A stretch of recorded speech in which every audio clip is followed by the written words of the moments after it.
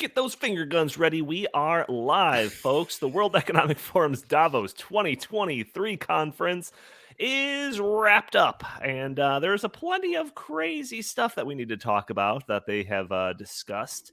And then also, if we have time, we're going to get into whether or not the Davos and their influence across the world is diminishing. We're going to be talking about all of this and more on episode 382 of the In the Tank podcast.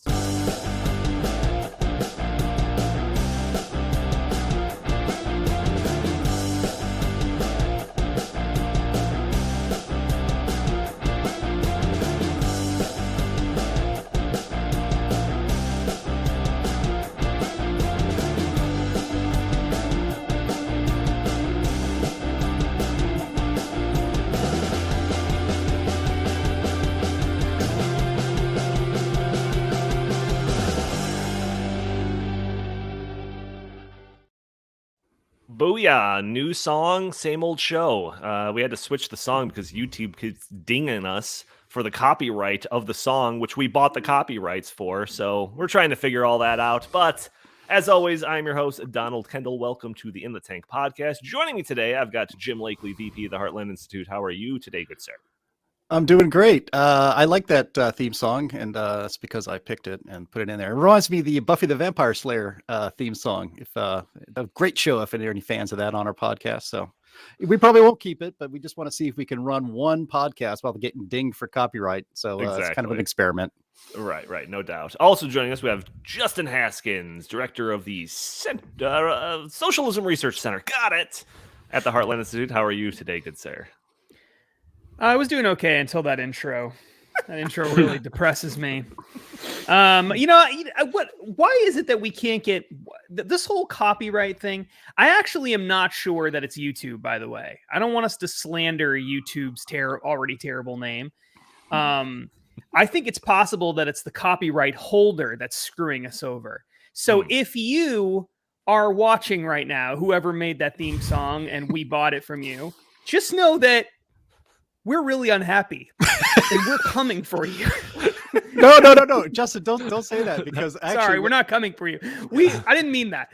We are really unhappy, and you're gonna find out about it soon. Also joining us, we have Chris Talgo, editorial director at the Heartland Institute. How are you today, good sir? I love the theme song. It reminds me of late 80s, early 90s, great rock and roll. So to me, it's great choice, Jim.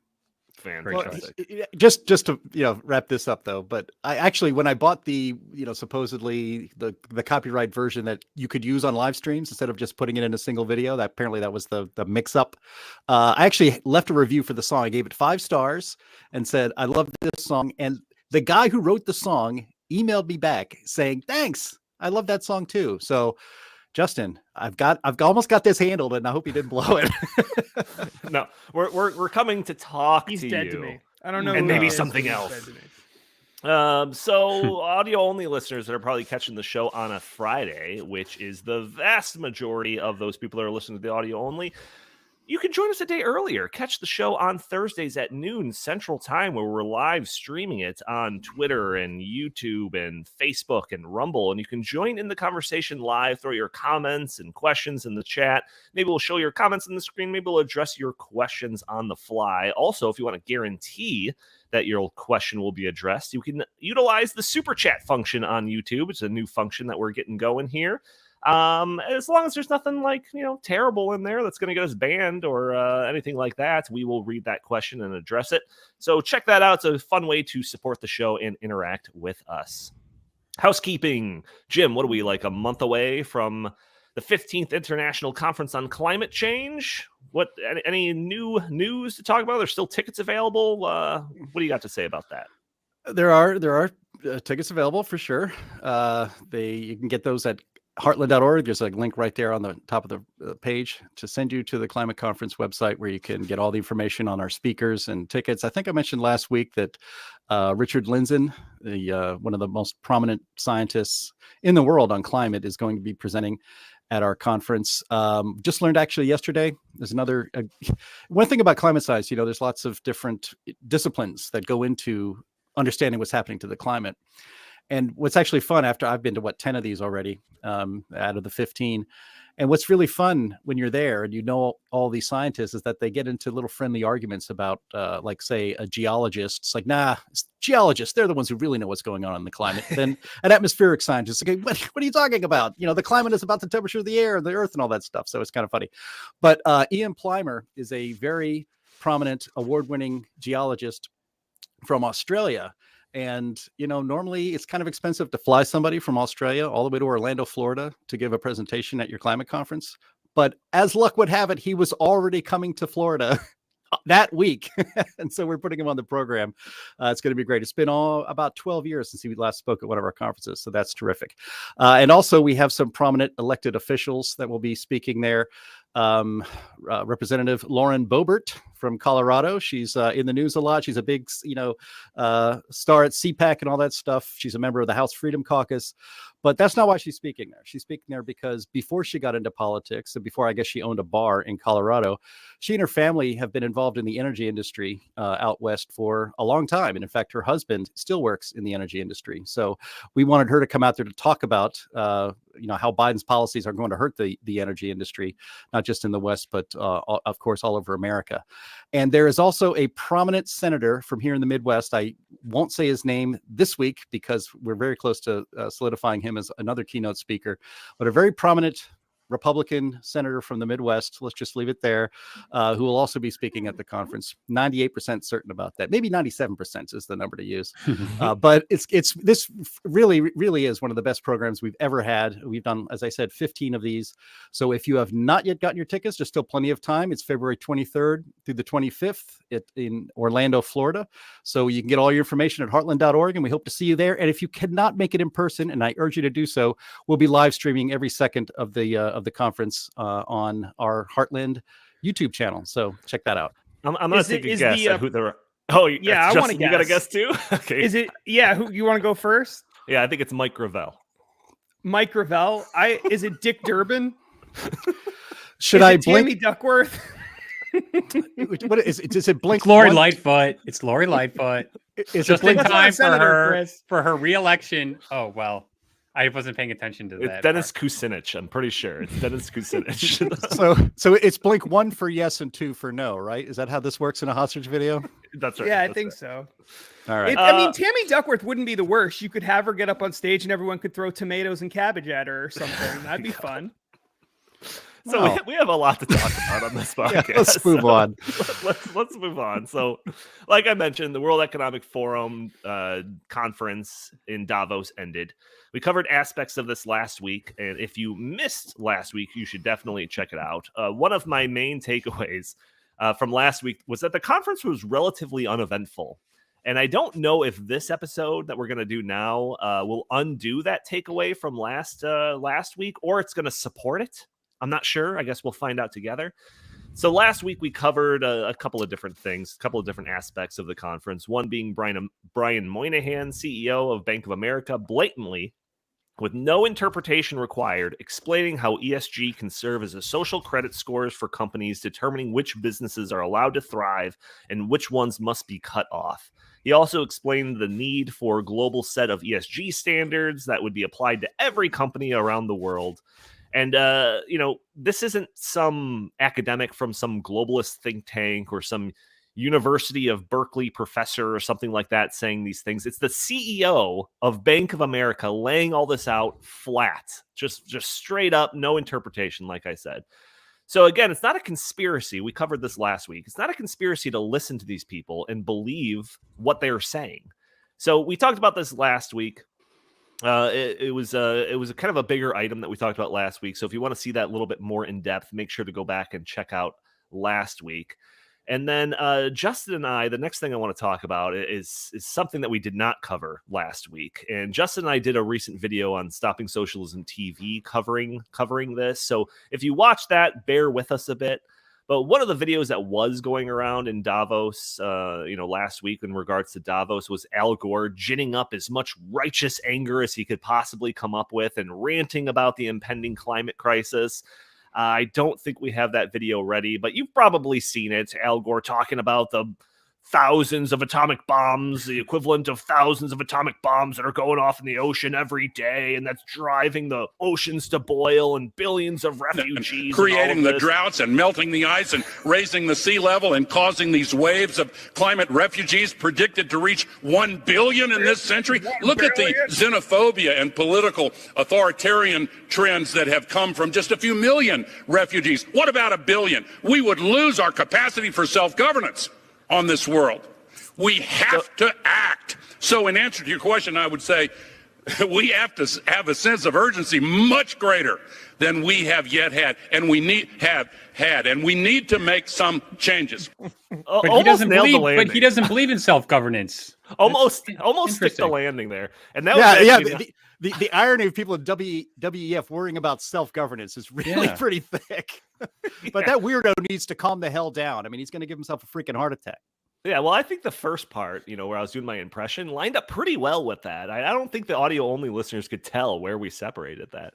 Yeah, well, it seems like Al Gore was just trying to keep up with his peers on the panel, because during this panel, titled Leading the Charge Through Earth's New Normal, Al Gore sat between two other panelists, one sporting an awesome hat, and that was talking about how humanity has to take notes from Native American cultures and live in harmony with nature and be one with Gaia and et cetera, use every piece of the buffalo and all that type of stuff.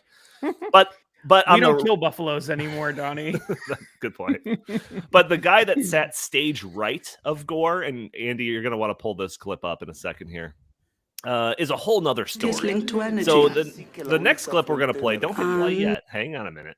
That is, and we need and we need to. What is going on? Stop the hammering back there. So this next clip we're going to play is Gustavo Petro. He is the president of Colombia, and he's considered to be the most far-left person to ever be president of Colombia, the exact type of person you need on your Davos conference talking about leading the world through the new normal.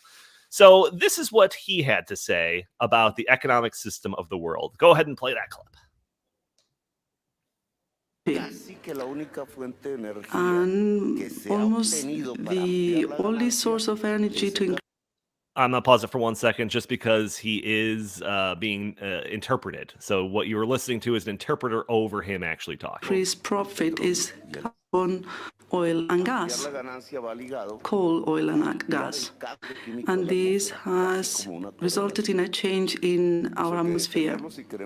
We have to put an end to this if we wish to live on our planet. Can our capitalism do this? Based on the current data, we won't be able to do so. Therefore, perhaps we should do the following reflection. If capitalism is unable to do so, either humanity will die with it, or humanity will overcome capitalism so that we can live in our planet. And let me go to another point. You know what? Let's just go ahead and stop it right there, because I think that's the most important quote of his whole segment.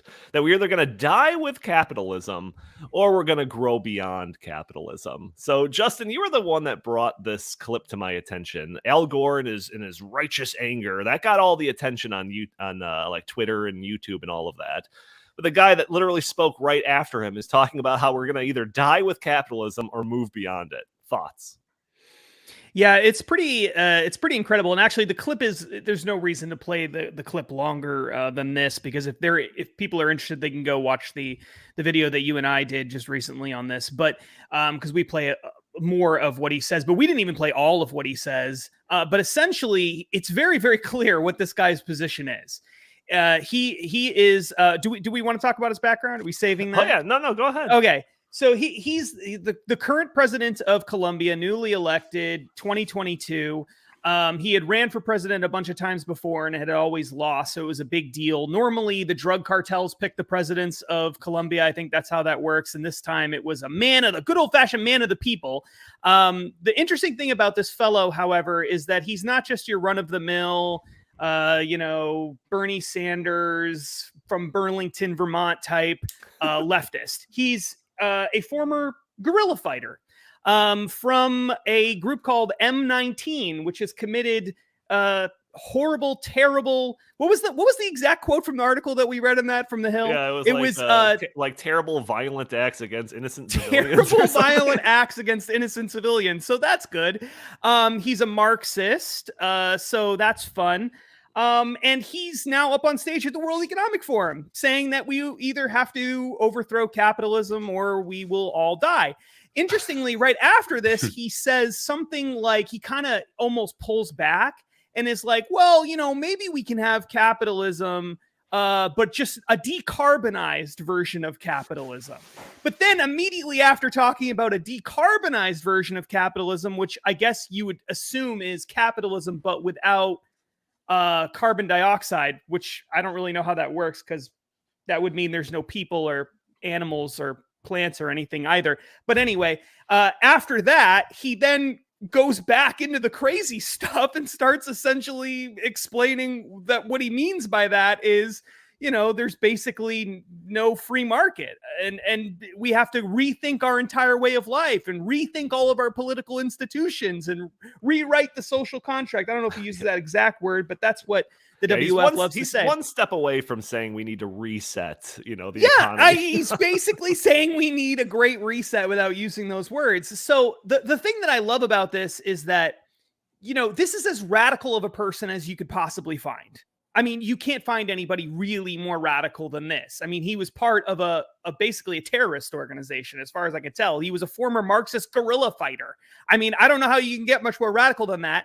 And you've got him with Al Gore, a total nut job, next to an even greater total nut job with the woman with the hat. And so we've got these three lunatics all up on the stage at the World Economic Forum, trying to outdo each other. Yeah, exactly. And be crowned king of the lunatics. And we're told that any sort of criticism that we say about the World Economic Forum, anything that's really sort of an extreme criticism, like, I don't know, they want to reset the global economy, or they want to rewrite social contracts, or they want to control every aspect of your life, and, that there's a conspiracy here, not a conspiracy theory, but a conspiracy fact. We're told that this is all lunacy and that we're just a bunch of crazy people for pointing this out. But how can anyone argue with what we're seeing right here on the stage? This is a guy saying, if we don't overcome capitalism or overthrow it or whatever he said, we're going to die with capitalism. I don't know how you can get more extreme than that, really. So, I mean, this is proof. If you ever needed to show anybody in a really short clip, okay, the World Economic Forum is not this mainstream organization. They're radicals. This is all you got to do is show Al Gore, the crazy hat lady, and then the Marxist guerrilla fighter turned president. Show these three people, and you can prove within 5 minutes that this is a crazy group of people, not on the mainstream mainstream group. It's not John Kerry that we showed last week, like in some back room where he's got 5 people in the audience. This is a main stage presentation. So I mean, this is the people. This is the type of people that they invite to Davos. These are the types of sentiments that are expressed at Davos. Chris, you've been kind of keeping an eye on some of the events going on. What are your takeaways from this clip that we just watched? One of my first takeaways is it just says Gore. So I guess Al Gore now is Madonna. He can just go by a single name. So that was my first takeaway.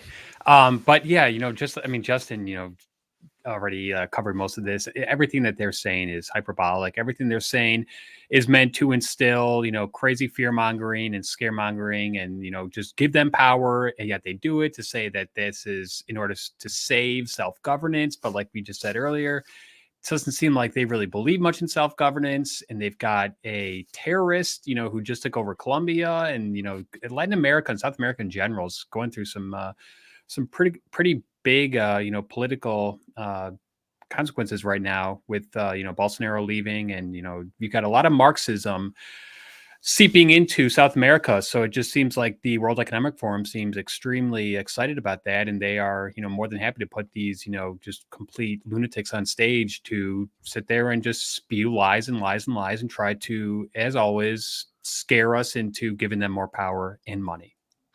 Jim, I think you actually watched the video that Justin and I did. Do you have any further takeaways on this segment? Yeah, I did watch your video. That was just I think yesterday or 2 days ago. It's right here on the Stopping Socialism TV channel. You can find it very easily under latest videos. But yeah, I mean, there's a lot to say about this. Actually, I don't want to go on and on. I want to take on the Hat Lady though for a minute. Although I did not hear her speak. You can tell just by looking at her. Not that Hat Lady, not Mayor Beetlejuice, but the Hat Lady. Let's get into it. Nature. These hippies are all over the place at WEF, and so this idea that you want to get back in touch with nature, and when nature is sacred and all this stuff. Alex Epstein, who's going to be speaking at our climate conference in about 30 days, February 23rd to the 25th, he points out often and very well that nature is trying to kill you at all times.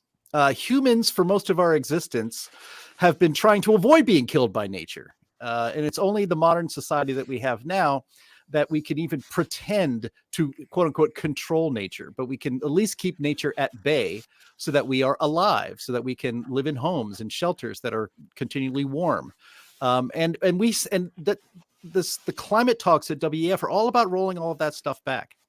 And so this new leader of Colombia, I mean, when you say this is the most left-wing leader in the history of a South American country, that's really saying something, because that continent is full of Marxist nut jobs. I mean, I guess, right. I guess if a vehicle of Marxist crazy people, then this guy might be the LeBron. I don't know. It's probably a close second. But this idea that we have to rethink capitalism, and this idea that capitalism actually is to blame for boiling the planet, and you can see the graphic behind them. I mean, it's all propaganda, and it's scaremongering. The idea that the Earth is burning up, it's ridiculous. Global temperatures are actually flat for the last 8 years, by the way. Another fact that you'll learn at our climate conference. But even putting that aside, capitalism is what leads to a cleaner planet. Capitalism is what leads to healthy countries, prosperous countries that have freedom, clean up the environment. It is Marxist hellholes that are the worst places on earth, whether you're a human or an animal, because they are never cleaned up. They are inefficient, they are oppressive, and they are miserable. So this is, and what a surprise. The WEF's agenda is not to go into something that is actually progressive, which is capitalism, but something that is regressive and allows greater control of the people, like you have in these Marxist countries, because a miserable, poor people are easy to control. A prosperous, free people are very difficult to control. Yeah, we've got different stuff on stoppingsocialism.com talking about some of these World Economic Forum takeaways and all of that. We're going to try to address as many things as possible on this podcast, but there's like 300 panels over the course of like the 7 days that they were doing this conference. So it's like, even though we're doing 2 episodes on this topic 2 weeks in a row, we're not going to cover everything. So among the other heavily discussed things at Davos were the concepts of artificial intelligence and smart cities. And if you're not aware, Davos is not just a place where people go to express their concerns over climate change and inequality and capitalism. No, there is a strong tinge of futurism and groundbreaking technology type things that are discussed at these conferences. The head of the World Economic Forum, Klaus Schwab, is a futurist. He wrote a book titled The Fourth Industrial Revolution that talks about all the potentially disruptive technology that's coming down the pike. In fact, the World Economic Forum, along with hosting Davos, also hosts the Global Technology Governance Summit, which goes into more depth about some of the coming technological advancements. And we'll get into some of those items soon. There's one video in particular that Jim found that is unbelievable, but we'll talk about that. Before we get to that shocking video, let's talk about smart cities. So the World Economic Forum's concept of smart cities is admittedly a bit broad. Some articles that you find on their website, they just talk about incorporating technology to make sure lights are more efficiently used in cities. The street lights will be equipped with little sensors that can tell if people are nearby. So if there's no one nearby, it dims. If there's someone walking by, it'll get brighter or something like that. Other articles about info tracking sensors to enhance public safety. But there's other articles and other papers from the World Economic Forum that talk about comprehensive smart cities that track everyone and everything that happens throughout the city for efficiency, energy rationing, and safety reasons. Like, we're talking Minority Report level stuff. I'm not even joking. In fact, the World Economic Forum started a Global Smart Alliance partnership, which partners with quote, more than 200,000 cities and local governments, companies, startups, research institutions, and nonprofit organizations. This alliance, end quote. This alliance also has 36 pioneer cities, which are taking the first steps to achieve some of the goals touted by the World Economic Forum. Some of these cities includes ones you'll recognize, including Dallas, Texas, San Jose, Pittsburgh, Pennsylvania, Jim. That is one of these pioneer cities of the World Economic Forum's Global Smart Alliance. The World Economic Forum also published articles talking about 15-minute cities, where everything a resident needs is within 15-minute walk from their residence. The point of this is to foster a community where cars aren't necessary and everyone can live happily in very densely populated living centers. These are all things that are stated very plainly on their website. Andy's got some of it pulled up right now if you're watching the video version of the show. So, Jim, you did send me one video that I want to get to that kind of encapsulates all of this stuff in the most extreme way possible. But before we hit play on that video, do you have any comments on what I've said so far? Do you mean the video, The Line, that one? I do, yes. Yes. Yeah, the only thing I have to say about that is, like, this is all conspiracy theory, Donnie. I don't know why you just keep talking about things that aren't true. Yeah, sure, they're written on the website, but that doesn't mean anything. Right. Sure, they say these things out loud, but whatever. But it's a fun exercise. Let's just have a good time. Yeah. All right. Well, let's go ahead and let's play this clip. This is a clip that I did not create myself. I did not deep fake any of this stuff into the supposed conference that's going on in Davos. This is an actual clip, and it's titled "The Line." So let's go ahead and play this, Andy, and maybe I'll throw some commentary over it. The principle of the line, which is really the revolution in urban design that NEOM is pioneering, and we can talk a little bit more about that as we go through the rest of the panel in the session. So when I'm looking at this, it's a grid infrastructure. Yeah, so basically the way it works is it's 170 kilometers long, 200 meters wide, 500 meters high. The height is from the sea level. So as you go inwards and the topography actually goes up, then the height of the actual building structure reduces until you get to the mountains where it actually, you no longer have a mirror line. The idea is about what we call zero gravity urbanism, which is not necessarily having to be linked and anchored to a ground. How can we think of cities that go vertical and not only horizontal? Has many benefits. It's 5 minutes walk from all of your needs. Each module is 800 meters wide, and each module will take 80,000 people on average. Obviously, some are going to be more densely populated than others. And this way, you're only 5 minutes walk away from your school, your hospital, supermarket. The other thing is that the catchment area becomes Andy, go ahead and mute bigger. it. We Catchment can keep area the for video going. We can keep the video going, but for those people that are only listening to the audio of this and not seeing the visual of it, you've got to check out the video if you haven't already. It's basically just one giant, long, continuous skyscraper that inside of it is everything. So, like at the beginning of the video, they show this big sprawling city, and all of the things that are incorporated throughout this big city can just be condensed in this one giant, long skyscraper thing. So that we're not just sprawled across the countryside, and we're not exploiting Earth as much as that we have been. We could all just live nice and compact inside this little cube where everything that you would ever need is within a 5-minute walk.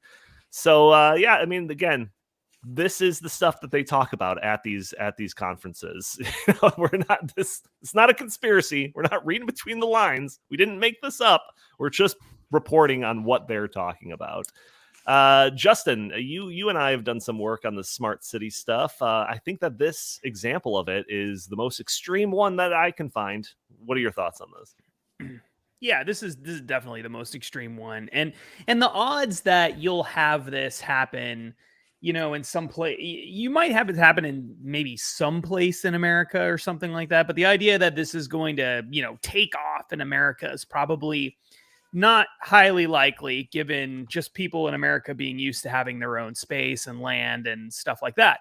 However, I think in other parts of the world, it is likely where they have less property rights and you have more authoritarian governments and things like that. I don't know why you wouldn't do that. I mean, why wouldn't you do this in a country where the government is in charge of everything? I'm not really sure. It seems like a lot of great benefits. It'd be so easy to control people and it wouldn't take up so much land and blah, blah, blah, blah, blah, right? So there's a lot of things there.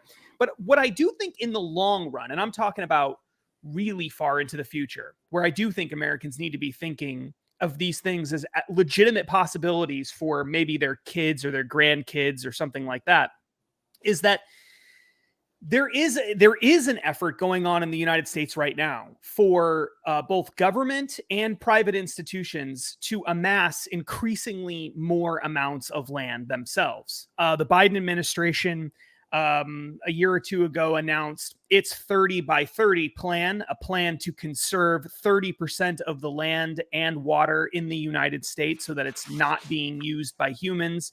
And that includes some privately owned land that can opt into this 30 by 30 program and agree to only use it for certain purposes and in certain ways and all of that. There is globally a 30 by 30 plan now that's wrapped up in all the stuff that's going on with Davos. So they want to do this all over the world. And the build up to that, when you actually read the fine print, the build up to that is actually they want a 50 by 50 plan, a lot of people. So 50% of the land and water conserved by 2050. And so you can see the trajectory of where this is all going, right? I wonder what it'll be by 2100. I wonder what the percentage. Exactly. And the thing is, 50 by 50 isn't just, you're not looking at it and you're saying, oh, okay, so it's going to be like the way it is now, except you're going to have a lot more land conserved, 3 or 4 times more land conserved than what we have right now. It's like, yeah, that plus there's going to be billions of more people, additional people, right? So you have billions of additional people, plus you have 3 or 4 times the amount of land conserved and water. Well, what is that going to do to people's options for living and the price of property and the price of owning your own home and your ability to get a mortgage for that and afford it? I mean, all of these things are going to be extremely problematic going forward into the future. And it's not, what's really strange about this is that many of these people are the same people who for a very long time talked about this population boom. And we have this danger of overpopulation that's coming our way, right? And one of the big fears of overpopulation is the more people we have, we're going to have, fewer resources, less space, less land available, and all of this. But those same people are now simultaneously saying, oh, I'm really worried about population growing out of control, and let's try to conserve as much land as we possibly can. Well, it seems to me that if you're doing both of those things at the same time, you're exacerbating the problem that you say you care about a lot. We should be actually freeing up conserved land if you're worried that there's going to be some population boom and there's going to be a space issue and all of that. Now, I'm not worried about that.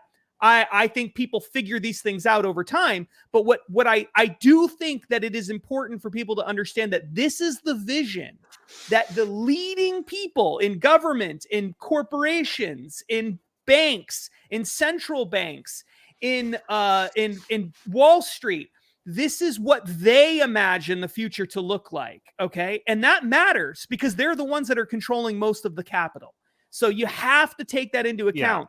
Yeah. Justin, don't worry. It is a problem. There's a cubby hole with your name on it in the top portion of one of those quadrants of the line, I'm sure. I think I'm going to be, I think in the whole like line, video, I'm probably going to be the guy who's like camped out on the mountainside away from the, staring out longingly at the glass line, wishing that I had a spot in there, but unfortunately it was thrown out for you weren't allowed. Your social credit score was too low. Yeah, it's a jobs creation program for dead bird collections, and they fly into those mirrors, right? Well, Jim, I mean, like we can look at that video and we can scoff at it like, oh, that's crazy. Maybe it'll be 1,000,000 years before they can accomplish something like that. But like, these are the things that they're like thinking about and talking about and striving for. These are their goals. Like, doesn't that tell you what you need to know about these groups? Well, it does. And like, there's that 15-minute city plan that they have. There's all these plans. Everybody's got plans. They don't care about your plans or my plans, but they have plans, and you'll be made to care about their plans, as a matter of fact. But this whole idea that's like, and he even says it's a 5-minute walk for all your needs. Wow, that is so great. I had no idea that these planners knew all of my needs, and they could put them all at my fingertips within a 5-minute walk. Isn't that nice? It's as if these people have never lived in an apartment building before. If you've lived in an apartment building, you know that without, a lot of social pressure, or unless you're paying a lot of money, they turn into slums very quickly.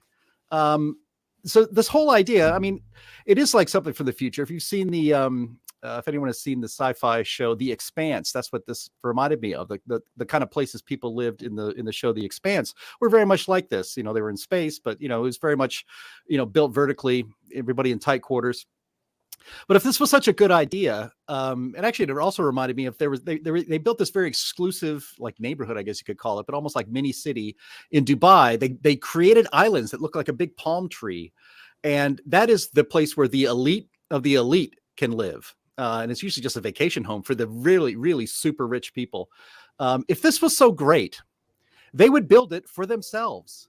They're not building the line for themselves. They're building it for you and for me to put us there. If it was so great, the market would take care of it, because they would build it and there'd be a waiting list. People would be dying to get into that place. But that's not how this would actually work out.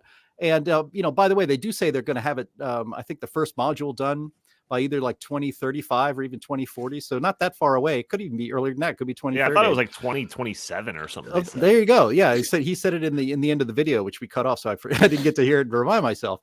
But again, if this was so great, they'd build it for themselves. But they're not building it for themselves, and they want people. Again, this is all about control. You can control people that are in a place like that. I guess the good news, the thing that makes me think, this isn't going to happen. It's certainly not going to be built for me. I'm going to be dead by the time this thing ever gets going. I would hope. But, these planners, and they're all on the left, they're all socialists. They all have these great grand plans for humanity. And they don't actually get people to choose them freely. It's always, you have to force people into this utopia that they have dreaming. It's like, you have to do this. We have to do this.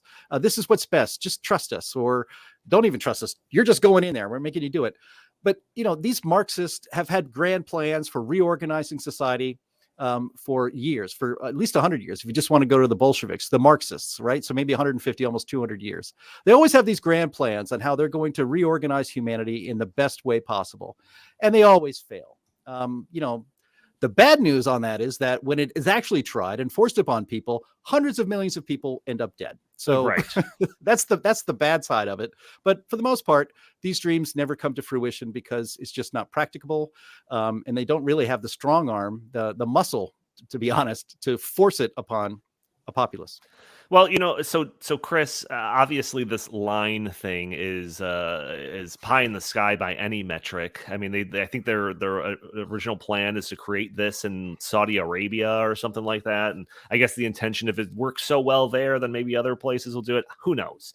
But I do know that they are actively working on this concept called smart cities that I already talked about. And like I said, all these different pioneer cities throughout the country, throughout the world, are already installing certain aspects of this into their cities. Yeah, I mentioned Dallas, San Jose, and all of that. So, I mean, what do you think about when it's just like, it's just maybe that pie in the sky idea is far off, but they're already starting to get the toehold in cities across the United States?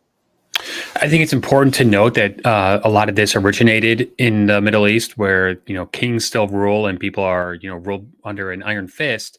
Because I think that a lot of these proposals are convenient for these autocratic rulers to keep their people in check and in control. I think that this would probably not fly in its current form in any American city. However, I see the desire from a lot of Democratic mayors, because we know that most major cities in the United States are run by the Democratic Party, and they of course want to have further control over their people. So I think I think it's very doubtful that we would get something, resembling the actual line as the World Economic Forum, put out there in the United States in the foreseeable future. However, I do think we'll see this crop up in places where authoritarian rulers are willing to experiment, and they have the ability to experiment because their people have no choice.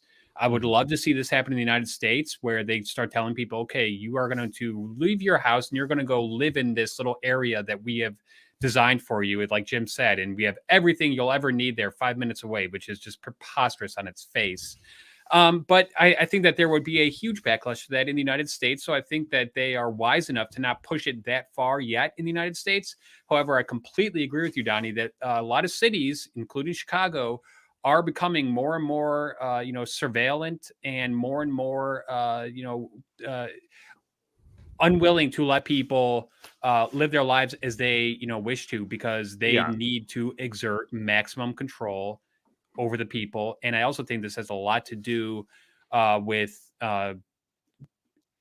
controlling what the people do, what they use, and what kind of resources they have at their disposal. Because if you put everyone in a very confined space and you tell them, okay, this is it, this is all you've got, their ability to ration is going to be so much easier than it is right now over a great expanse, especially in suburban America, which the Democratic Party has been against for a very long time. They do not like suburbs. They do not like people living out, far away from their population centers where freedom is much more robust. Yeah, a lot of the kind of baseline justifications for any of this stuff, from the bottom all the way to the line, is climate change reasons, energy efficiency, and all of that. So that's where you'll start seeing some of these things in these pioneer cities that have to do with making sure that people aren't wasting energy, whether it's smart grid type stuff or the different thermostats, smart thermostats that you'll have in your houses, and they'll make sure that you have to have them and all of that. And Justin and we did some research, and we found one thing that was literally talked about on the World Economic Forum. I might have brought it up on this podcast before, but it was basically sensors throughout the sewer systems to monitor the amount of wastewater that was in the sewer systems. And if it got too high, then they would send out a text message to all the constituents in the area telling them not to flush the toilets.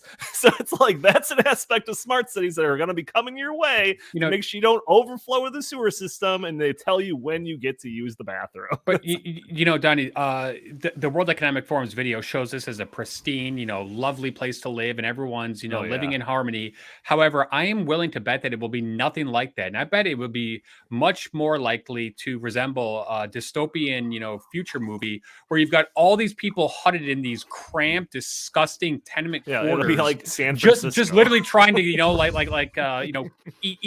a rat that's, scurrying, in the corner. Yeah. So Chris has been watching Terminator 1 recently. I've been watching a lot of that stuff lately. But Don, just one more quick thing on this. Within urban centers, in the 1960s in particular, they started building a lot of these public housing, Cabrini Green here in Chicago. What happened to them in the span of, years? They became crime-ridden, poverty-ridden dumps. And what happened to them 40, 50 years later? They completely demolished them and said, well, now we got to start over again. So I do not want to give them even more of the ability to, hoard people in these places that they design where everything will be taken care of and everything's going to be great and just trust us. No, thank you. Yeah, no. Yeah, just real quick, adding to that, I took a property law class many years ago, and in the property law class, they specifically talked about the development of projects like public housing projects and how that worked itself out. And one of the most fascinating parts of it was they showing the plans, like the original plans for the housing projects from the 50s, 60s, that era that Chris was just talking about, and what they imagined these places were going to be like.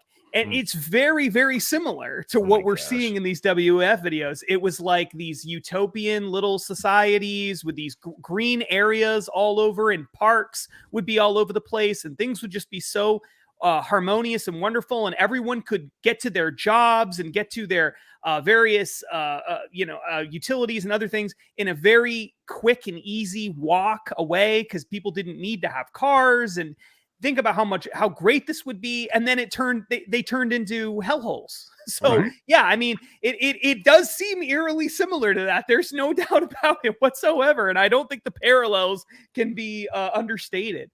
So this would end up being the Fire Festival of living arrangements. If, well, the 7 people that know what that is about. I mean, this seems absolutely bizarre, and like I said, pie in the sky type of stuff. It is the stuff that they are talking about, but I've got even crazier things for you to consider. So when Davos happens, a lot of people share clips from past Davos events or other World Economic Forum related events. And it kind of gets confusing of who said what, when, and where. And I think the next clip is an example of that. But in the context of everything that we're talking about, I think it still really fits. The next clip does not come from the latest Davos conference. It comes from a conference that happened like a year and a half ago called the Global Technology Governance Summit. And this clip features Amy Webb, who is a professor from the New York University Stern School of Business. And she talks about 2 very different concepts in this video. And I think we should take one of them one at a time. So Andy, let's play this clip.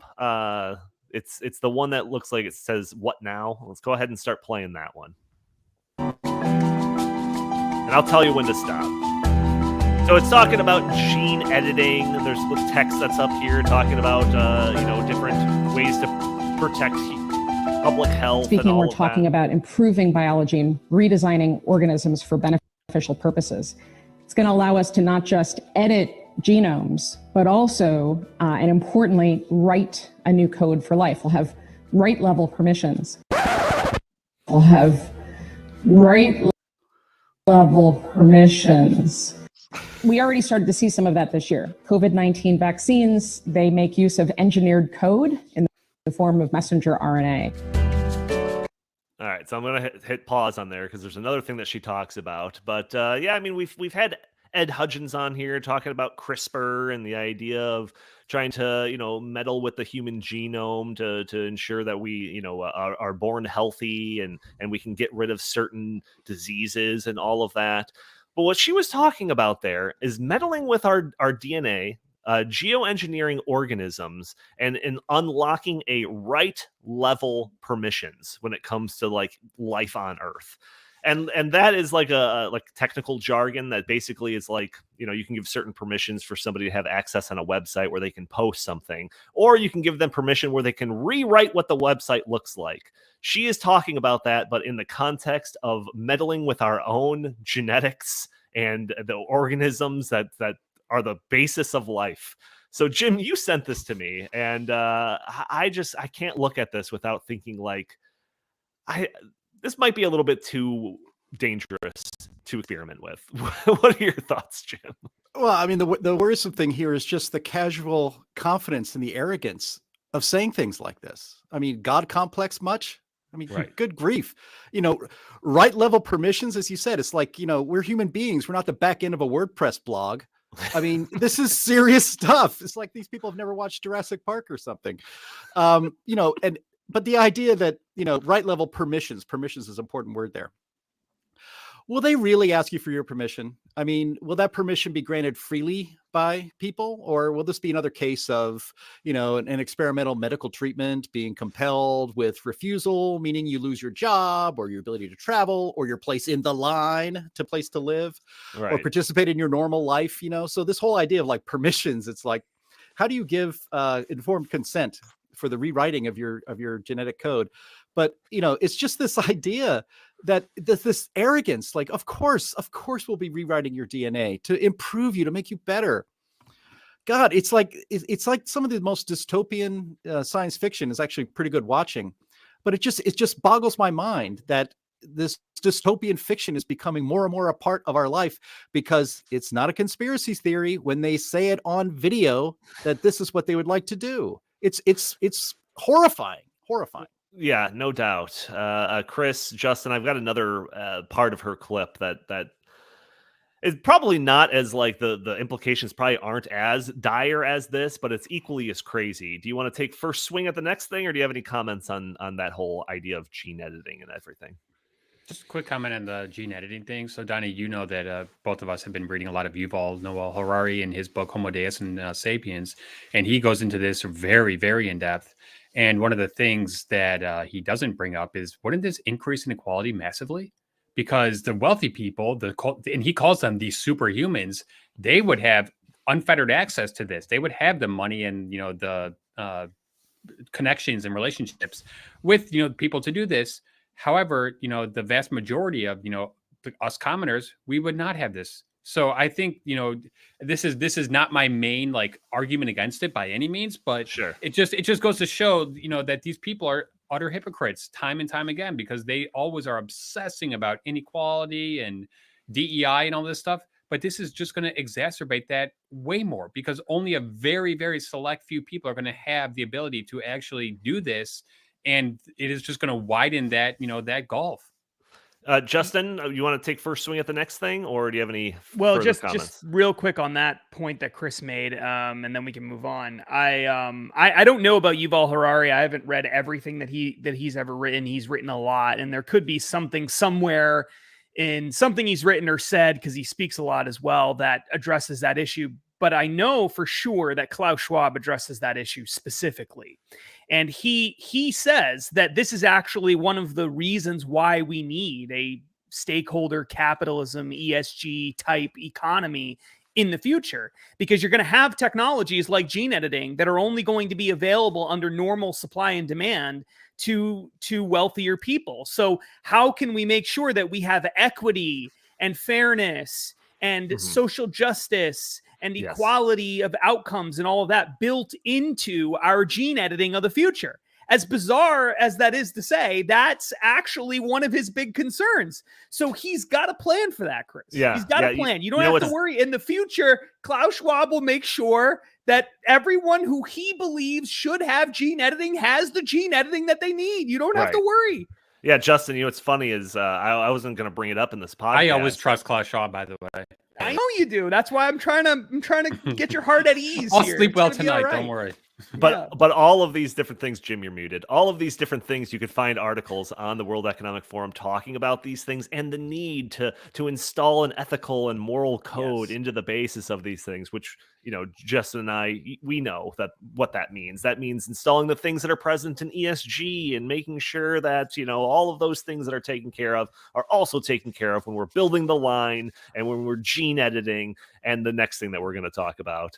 Well, the good thing is, though, it won't actually be Klaus Schwab bringing this all about. It'll either be Klaus Schwab's head in a jar or his consciousness uploaded to a computer. And maybe a combination of both. So I'm not sure which one's scarier. All right, let's finish this video. This is Amy Webb continuing to talk about some of the different technological advancements we can look forward to as a society. Go ahead. On the horizon are diminished reality glasses that look very much like what I'm wearing, that would allow you to remove things from your point of view, from your view, whether that's garbage or other people. All right, so I know what virtual reality glasses are, where you put on these glasses, you're in a totally virtual world playing a game or something like that. I know what augmented reality glasses are. That's when something is superimposed over your vision of the actual world to enhance it in one degree or another. I have never, until yesterday, heard about diminished reality glasses, where she basically says, she directly says at the end that you could put these on and make it obscure garbage or other people from your vision. So I just wonder, like is Chris, she equating garbage with people, first of all? Because I know they have a very low opinion of people. Yeah, right. She's like, I'm doing this presentation in front of an empty audience because all of you are garbage to me and I can't see you. But yeah, so like when you're walking through the line and it's looks like it's reminiscent of a San Francisco street with piles of human feces all over the place, you just won't see them. They'll just be blurred from your existence. So it seems like you're living in utopia, a diminished reality where the real reality is some dystopian future. This is the most bizarre. When Jim sent this clip, and I think he sent it with a description talking about diminished reality glasses, I thought that was just like his conservative snark, not calling it what it actually is and coming up with his own commentary. That's what they called it. Diminished reality glasses. Unbelievable. Who wants to take first swing? Yeah, that's amazing. I mean, because Donnie and I have been working on this for a while now. I also have never heard of that. Right. So it's very interesting. I've never heard of that. I mean, it kind of, I guess it makes some sense within their worldview of some of the stuff they've talked about with augmented reality glasses. It's just sort of a different version of that. I don't really understand how that would work necessarily with you kind of have to see the things around you in order to like walk down the street or just do anything at all. So I don't really understand that. But one of the things that did cross my mind as something that I could imagine, is like you have an augmented, you have a diminished reality glasses on, or really it would be augmented reality / diminished reality glasses. And you're walking through the world and maybe there's an advertisement for something on a billboard somewhere. And you just don't see that because you don't want to see a billboard that says, I don't know, something about Jesus saves, right? You're like, I don't want to see anything about Jesus anywhere. So instead it shows me a billboard for, I don't know, like buying orange juice or something. Hats with so I don't anchors have to on see. them. Yeah, exactly. And so I could see that maybe. But like the fact that because it almost seems like we should be reversed, right? Like I'm sitting here saying, well, maybe there could be billboards where they just take away the picture of Jesus and they replace it with some orange juice. But she's the one starting off with, you know what? We could have glasses that make it so you don't see these trashy people. And, we can just move on with our lives. And the homeless wretches, we don't have to worry about them anymore. It's as though they're not even there. Wouldn't that be great? Jim, do you remember that episode of Black Mirror where like the guy... Bring that up.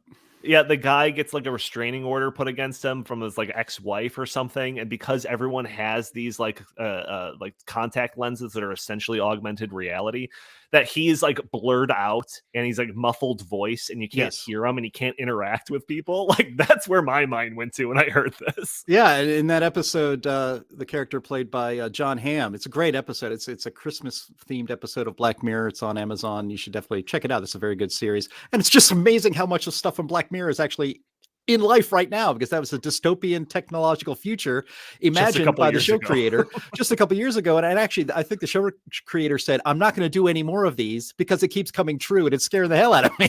Right. But this idea that, you won't be able to see people. I mean, there's a way I could get into it though. I mean, I'd put them on and then look at my beer gut and it would disappear. It wouldn't be there anymore. That would be fantastic. I would really, diminished really like reality that. Glasses. Yeah, that's right. Diminished reality glasses. My beer gut would diminish. Diminished waistline glasses. Fantastic for my self-esteem. That would be terrific. But I mean, in reality, this is some real dystopian stuff, man. This is scary. I mean, diminished reality glasses. You don't have to see garbage. How about picking it up? How about cleaning it up? And you don't, but she says you don't have to see garbage or people. It's like, of course, you just smush that together. You don't have to see, as we've pointed out, the garbage people. You can just, they won't even exist. They just won't even be in your reality anymore. Right. Yeah. I mean, Chris, and again, what's funny about this stuff is that the really wealthy people, our ruling class, they're not going to live in the line. They're not going to need these diminished reality glasses. They're going to be out there on their ranches in Montana in wide open spaces. They're going to be eating the meat and enjoying the fresh vegetables while the rest of us are not. That's really where this is going. If they're serious, they can pull it off.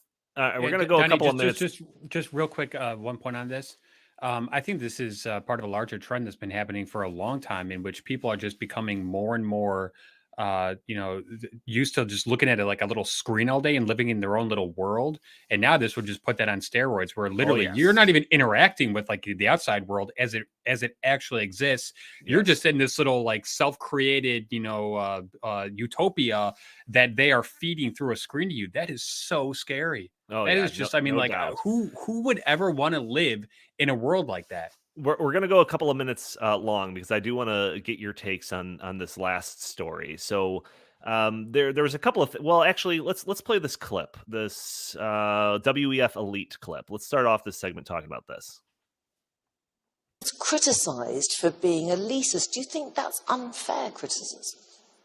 Criticized for being elitist? But there's elite people here. At Davos a few years ago, the Edelman survey showed us that the good news is the elite across the world trust each other more and more. So we can come together and design and do beautiful things together. The bad news is that in every single country they were polling, the majority of people trusted that elite less.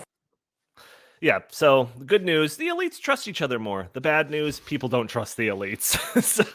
so then, not only that, but there was an article that came out just recently from one of my favorite people, Michael Schellenberger, which in the article, which I can't find anymore, I'm not really sure why, but in it, he says, by this time next year, Davos is a prediction by him. Davos will be seen as a reputational risk to politicians, celebrities, and CEOs alike.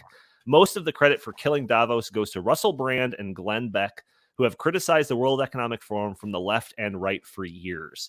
So, and this kind of ties into something that we talked about a little bit last week as well, which is, the ESG, World Economic Forum, Davos, and all of that stuff. They worked best in the shadows when no one's paying attention to them, and they could just do these little backroom deals and all of that. They can set up the infrastructure for ESG, and people don't even know what's going on.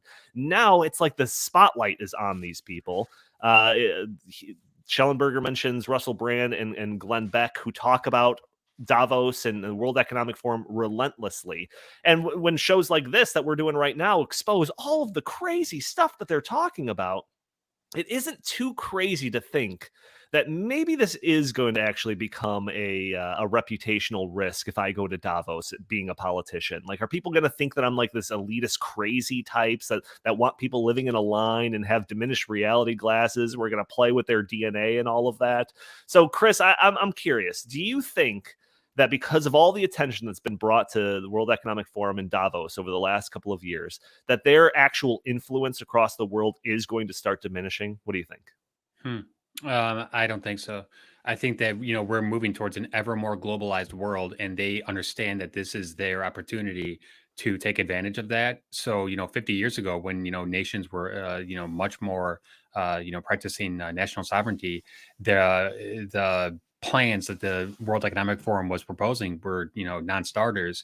But nowadays, with this, just ever more globalizing, economy and society that we live in, I think that they are of the mindset that this is like their, opportunity to pounce. Jim, what do you think? Do you think that their influence is going to be diminished by this new attention? And you are muted. I actually don't think their influence will be affected at all. If what Michael Schellenberger wrote comes true, it just means that, and all he wrote was that, well, one thing he wrote was that it would be a liability to be seen with the WEF. Mm-hmm. Just because they might lower the profile doesn't mean that they are not still influential. They would still have meetings, they would still have communications. And again, as I think I pointed out last week or a couple of weeks ago, Klaus Schwab has openly bragged about placing graduates of his philosophy into positions of enormous power all over the Western world. So that will continue. Yes, that will continue whether or not people pay attention to what's going on at these meetings or not. And Donnie, just one more very quick point on this. If the heat gets too hot, then what are they going to do? They're just going to rebrand it, because they've already rebranded this so many times. First it was Agenda 21, so they'll just rebrand it. Right. Then it was the Great Reset, and then it was the Davos agenda.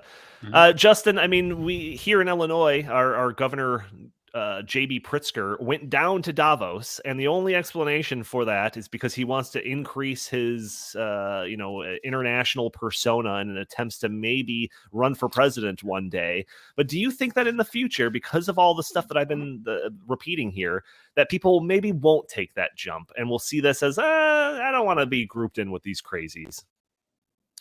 Well, first of all, anyone who's ever seen J.B. Pritzker knows that he's not running for anything. Second of all, I think that the buffet. Yeah, well, maybe waddling, I think, is a better descriptor. But anyway, I think that we were talking about this in one of the other videos that we did, and I gave a longer explanation. But the short explanation of what I think is going on here with the World Economic Forum is that I think that they don't care what regular people think of the World Economic Forum generally, other than it might get in the way of what they're trying to do. And so they try to silence those voices. And that's why you see all the stuff about disinformation and misinformation coming out of them as well, getting social media companies and big tech involved with what they're trying to do with the Great Reset, et cetera. But I would argue that this is all about raising the profile of J.B. Pritzker and whoever goes to WEF. Right. It's about raising the profile within the people within that world at WEF. Sure. They don't care what regular people think. They care whether you're they want to be part of the club. So as long as this is moving in that direction, and as long as WEF is still influential among other influential people, I don't think that it will matter. The whole ESG model and the whole Great Reset model is built on the idea that elites are going to try to impose their values on everybody else, regardless of what everybody else wants or thinks. So I don't see this slowing down anytime soon, unless there's a major backlash against it. And that just hasn't happened yet, but hopefully will soon. Yeah, I think that I agree with pretty much everything you guys said. I think maybe Michael Schellenberger spiking the football a little too early there, declaring victory a little too early. But I will say that I think it's undeniable that the place in the conservative lexicon for the World Economic Forum has never been more apparent than it is right now. They are definitely, when they do something, people are paying attention. And again, thanks to the work of Glenn Beck, Russell Brand, and Justin and I, and everyone here at the Heartland Institute and everything like that. But thank you all for tuning in to this episode of the In the Tank podcast. Join us every week for a new episode. Audio-only listeners that are catching this on a Friday, make sure to join us on a day earlier on Thursdays at noon Central Time, where we're live streaming on Facebook and Twitter and Rumble and YouTube. And you can also help us out by hitting that subscribe button, hitting that like button, sharing this content, or just leaving a comment under this video. All of those things don't cost you a penny, only cost you a second, but help break through those big tech algorithms that prevent content like this from being shown to more people. If you'd like, you could follow us on Twitter at InTheTankPod, or you can send us your comments and suggestions to the show by emailing us at inthethankpodcast@gmail.com. Jim Lakely, where can the fine people find you? At Jay Lakely on Twitter, at Heartland Inst on Twitter, and always visit heartland.org. Justin Haskins, same question.